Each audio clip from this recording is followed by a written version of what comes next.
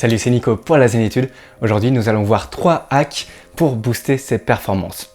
Alors, si tu as cliqué cette vidéo, peut-être que tu vas passer un concours ou alors tes études comptent énormément pour toi et ton avenir professionnel. Et tu souhaiterais juste passer un niveau au-dessus dans tes études. Alors, aujourd'hui, dans ces 3 hacks, nous allons voir premièrement le travail en profondeur. Alors, qu'est-ce que c'est que le travail en profondeur ? C'est un concept qui a été apporté par Cal Newport dans son livre Deep Work et ça part du principe que plus tu travailles de manière optimale, avec une concentration optimale, plus tu auras de résultats. Alors pour ça, il faut travailler en coupant son portable, car dès que tu as un moment de distraction, ne serait-ce tu regardes un message, tu regardes une notification sur Instagram ou sur YouTube, ça va envoyer un signal à ton cerveau comme quoi tu as autre chose à faire. Il faut juste que tu sois focalisé et il faut vraiment que tu coupes ton portable. Il faut savoir aussi que Cal Newport dans son livre, il dit que l'être humain est concentré de manière optimale entre 1h30 et 4 heures pour les professionnels de la concentration. Et il recommande de mettre toutes les tâches les plus importantes à réaliser le matin. Et c'est pour ça, réfléchis en termes d'impact effort. Une tâche qui va avoir beaucoup d'impact sur la suite de tes études, il faut que tu la mettes dès le début de ta journée. Par exemple, tu as un cours d'anatomie. Ton cours d'anatomie, tu sais que ça vaudra beaucoup plus de points que ton cours de biomécanique, de ton cours de français, de ton cours de maths, enfin bref, tu comprends. Si ton cours d'anatomie apporte plus de points que les autres, alors mets-le en premier. Mets-le au début de ta journée. Le deuxième hack, c'est le mindfulness au travail, c'est-à-dire prendre conscience du moment présent quand on réalise une tâche. Il ne faut pas confondre en fait, quant à ton objectif, par exemple ton objectif d'avoir un concours, d'être tout le temps focus sur le concours.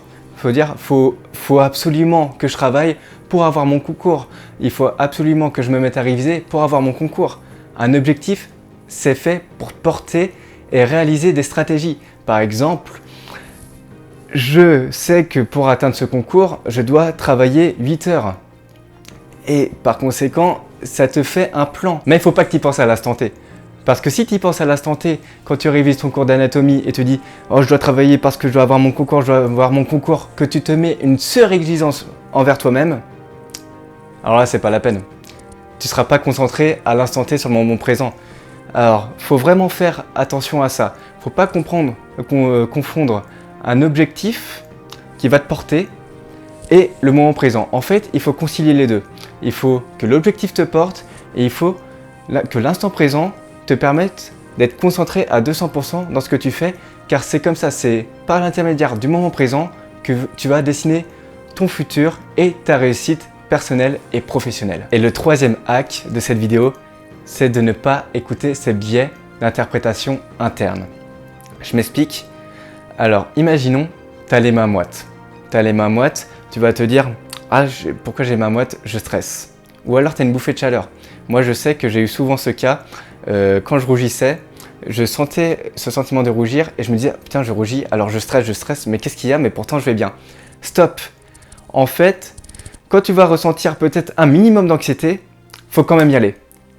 Parce que des fois, tu vas pas comprendre, mais tes émotions, ça va ressurgir. Ton corps a peut-être passé une mauvaise nuit, tu as peut-être mangé quelque chose qui n'allait pas la veille, et par conséquent, tu vas peut-être ressentir une émotion différente, tu vas ressentir peut-être un sentiment d'anxiété, des bouffées de chaleur, n'importe, mais il ne faut pas que tu écoutes ça, il faut que tu mettes de la distance par rapport à tes émotions négatives. Il faut juste que tu te ressentes, que tu te calmes 2 secondes et que tu avances vers ton objectif pour réaliser tes rêves. Alors voilà, c'était 3 hacks pour la performance. J'espère que cette vidéo va t'apporter beaucoup de valeur. N'hésite pas à partager, ça me fera énormément plaisir d'aider le plus d'étudiants et d'étudiantes possible à réaliser leurs études et à accomplir leur réussite. Du coup, c'était Nico pour la Zénitude et on se dit à la prochaine. Allez, ciao!